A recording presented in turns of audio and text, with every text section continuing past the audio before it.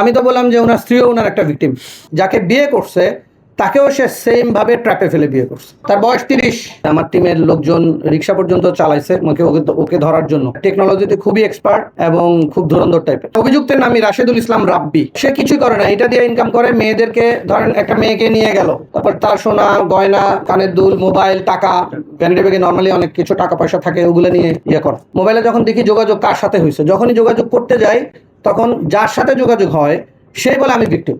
এবং আমি আপনাদেরকে বলছি যে প্যাটার্ন হলো সব ভিকটিম হলো মিরপুর অঞ্চলে। আসামি প্রথমে একজন লেডিকে ব্ল্যাকমেইল করতে মোবাইল নিয়েছেন, তারপরে তার সোশ্যাল মিডিয়ার যত অ্যাকাউন্ট আছে ওইখানে সে অ্যাক্টিভ হয়ে তার ফ্রেন্ডদের মেয়ে সেজে আস্তে আস্তে আস্তে করে মেসেজ দেওয়া শুরু করেন, ঘনিষ্ঠতা দিয়ে ডাকেন। দুইটা ঘটনায় আমরা এরকম পাইছি যে হ্যাঁ, আমার বয়ফ্রেন্ড কিছু গিফট দিছে, তুমি যদি এসে আমার ফুপুর বাসায় বা চাচার বাসায় পৌঁছায় দাও তাহলে ইজি হয় আমার জন্য নেয়া। তো যখন মেয়েটা রওনা করার পরে বলে যে আমি একটু অসুস্থ, আমি আসতে পারতেছি না, আমার ফুফাতো ভাইরে পাঠাচ্ছি বা চাচাতো ভাইরে পাঠানোর পরে ওইখান থেকে সে যতগুলো ভিকটিম আমরা পাইছি এগুলো সে ইউজ করছে হলো মেট্রো স্টেশন অথবা সচিবালয়ের যে মেট্রো স্টেশনের নিচটা, ওই জায়গায় আসে, এসে কখনো ডিরেকশন দেয়, কখনো নিজেই সিএনজিতে উঠে ফুফাতো ভাই বা চাচাতো ভাই হিসেবে উঠে নিয়ে যায় হলো যাত্রাবাড়ির দুনিয়া কলেজের এখানে। আমরা দুইটা স্পট পাইছি, দুইটা বাসায়। তারপর মেয়েদের নিয়ে গিয়ে ওইখানে ব্ল্যাকমেইল করে, মোবাইল কেড়ে নেয় এবং এই মোবাইল কাটার ফলে মোবাইল বিক্রি করার আগে তার সোশ্যাল মিডিয়ার অ্যাকাউন্টের যতগুলো আছে অ্যাকাউন্ট সে নিজের করে নেয়। তারপরে আবার ওইখান থেকে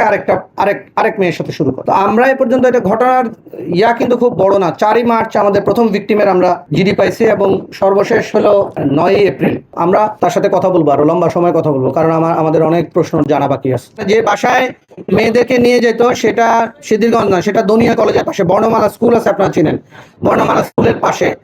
আমরা এখন পর্যন্ত 2টা বাসা পাইছি। দিনের বেলা হইলে সে এক বাসায় নিয়ে যেত, রাতের বেলা হলে অন্য বাসায় নিয়ে যেত। বাসা হাফ ডান একটা বিল্ডিং, একটা বা 2টা রুম সে ব্যবহার করতো। আমরা খুঁজতেছি অ্যাসোসিয়েট আছে কিনা, এবং সেখানে মিরপুর মডেল থানা কিন্তু অনেক হেল্প করছে। মিরপুর মডেল থানার একজন যার কাছে মোবাইলগুলো এন্ডোর্স মানে চুরি হওয়ার পরে তখন আমরা একটার পর একটা টানতেই তো পাইলাম, সবগুলো তো আমাদের কাছে আসে না, আমরা ডেকে আনছি। আমি তো বললাম যে ওনার স্ত্রীও ওনার একটা ভিকটিম, এবং ওনার শ্বশুর কিন্তু এই কথা আমাকে বলছেন, আমাদেরকে বলছেন যে আমার মেয়েটাকেও সেইভাবে বিয়ে করছে। যেটুকু দেখছি সহযোগী থাকলেও খুব বেশি থাকার কথা না, আমরা তদন্ত চালা যাচ্ছে। একদম সিএনজি ব্যবহার করতে এমন না, যখন যেটা সুবিধা হয়। আমরা তাকে ধরতে পেতে হয়েছে, আমার টিমের লোকজন রিক্সা পর্যন্ত চালাইছে ওকে ধরার জন্য। 2 দিনে অনেক কষ্ট করে। টেকনোলজিতে খুবই এক্সপার্ট এবং খুব ধুরন্ধর টাইপের। আমরা আরেকটা জিনিস মজার জিনিস, ওকে জিজ্ঞাসাবাদ করে কোনো তথ্য কিন্তু আমরা পাইনি। অভিযুক্তের নাম রাশেদুল ইসলাম রাব্বি। সে কিছুই করে না, এটা দিয়ে ইনকাম করে। মেয়েদেরকে ধরেন একটা মেয়েকে নিয়ে গেল, তারপর তার সোনা গয়না, কানের দুল, মোবাইল, টাকা, ভ্যানিটি ব্যাগে নর্মালি অনেক কিছু টাকা পয়সা থাকে, ওগুলো নিয়ে করে। আমরা ওর কাছ থেকে 5টা মোবাইল পাইছি। আমরা আশঙ্কা করতেছি আমরা হয়তো আরো অনেকগুলো মোবাইল পাবো আস্তে আস্তে। এই আসামির বিরুদ্ধে যদি কোনো আরো অভিযোগ থাকে, আরো থাকে, আমাদের কাছে পাঠান। আমরা মামলা দিলে মামলা নিব। উনি যদি অভিযোগ করেন আমরা অভিযোগ করবো, এবং সে যাতে সর্বোচ্চ শাস্তি পায়। অনেকে সামাজিক সম্মানের ভয় করে কি মোবাইল হারাইছে এটা জিডি করে। হ্যাঁ, ওর নাম রাশেদুল ইসলাম রাব্বি, পিতা শাহজাহান মল্লিক, পুরান কামারগাঁও থানা, শ্রীনগর জেলা, মুন্সিগঞ্জ হলো স্থায়ী ঠিকানা। বর্তমান ঠিকানা হলো সে থাকে সিদ্ধিরগঞ্জ, নারায়ণগঞ্জ শ্বশুরবাড়ি। এবং আরো ইন্টারেস্টিং হলো যাকে বিয়ে করছে তাকেও সে সেম ভাবে ট্র্যাপে ফেলে বিয়ে করছে। তার বয়স 30। আমরা তো শুধু এটা বললাম যে গত 1.5 মাসের কাহিনী বললাম। আমরা আরো ইনভেস্টিগেশন করে আরো কিছু পাওয়া যায় কিনা, আমাদের মনের মধ্যে ভয় আছে যে আরো পাবো। 3টা মামলা হয়েছে, আরো 4টা জিডি আমাদের কাছে আছে, মিরপুর থানায় আছে। আরো মোবাইলে যখন দেখি যোগাযোগ কার সাথে হয়েছে, যখনই যোগাযোগ করতে যাই তখন যার সাথে যোগাযোগ হয় সেই বলে আমি ভিকটিম।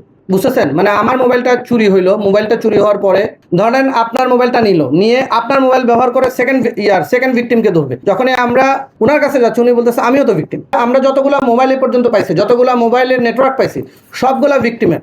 এবং কেউ সামাজিক সম্মানের ভয়ে জিডি করে নাই, কেউ আমাদের কাছে আসে নাই, কেউ আসছেন সাহস করে 2-3 জন আসছেন দেখে আমরা এই তথ্যগুলো পুরোটা পাইছি। এবং আমি আপনাদেরকে বলছি যে প্যাটার্ন হলো সব ভিকটিম হলো মিরপুর অঞ্চলে। তার বিরুদ্ধে এই ধরনের আগে একটা মামলা ছিল কদমতলীতে। তার কোনো অ্যাসোসিয়েট আছে কিনা আমরা যাচাই বাছাই করতেছি, চেষ্টা করতেছি, আশঙ্কা করতেছি এই ধরনের আরো ভিকটিম হয়তো আছেন যাদেরকে সে এই ধরনের ব্ল্যাকমেইল করছেন। সবাই সামাজিকতার খাতিরে, সামাজিক সম্মানের খাতিরে হয়তো অনেক কথা বলছেন না, আশঙ্কা করতেছি। আমরা যেটা হেডলাইন করছি ঘটনা এরকম, আমরা ভিকটিমদের পরিচয় হয়তো দিতে পারতেছি না, কিন্তু আমরা তাকে আইনের আওতায় আনা, তাকে মিডিয়ার সামনে নিয়ে আসা আসলে দরকার। আমাদের মেয়েরা যাতে কোনোভাবে এই ধরনের কোনো ভিকটিম না হয় এবং কোনোভাবেই যেন সমাজে এই ব্যাধিটা ছড়িয়ে না পড়ে, এই জন্য আসা।